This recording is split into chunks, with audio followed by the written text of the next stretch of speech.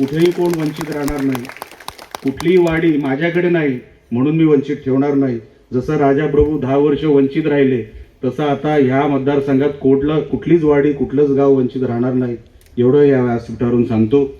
आमच्या उमेदवाराला, आमच्या सगळ्या उमेदवारांना आपण निवडून द्यावं ही विनंती करतो. कारण का समोर मला वाटतं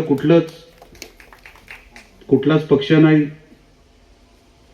उमेदवार कुठल्या पक्षाचा आहे माहीत नाही, तो स्वतः कुठे उभा आहे माहीत नाही, तो उद्या कुठे जाईल तेही माहीत नाही, तो निवडून आल्यानंतर करेल काय हेही माहीत नाही, निवडणुकीला पैसे देणार कोण हेही माहीत नाही, तो सगळ्यांकडून पैसे घेणार एवढं त्याला माहिती आहे.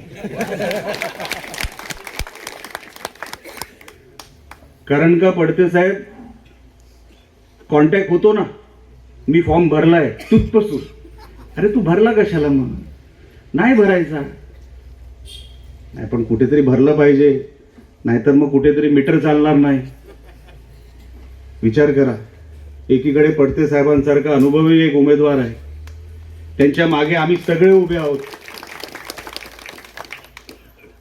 भारतीय जनता पक्ष उभी आहे, आमची शिवसेना उभी आहे, राष्ट्रवादी आहे, सगळ्या पार्टींचा पाठिंबा त्यांना आहे.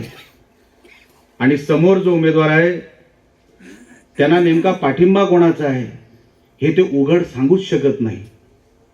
त्यांनी जर सांगितलं तर ते संध्याकाळी आम्हाला फोनच करू शकत नाही.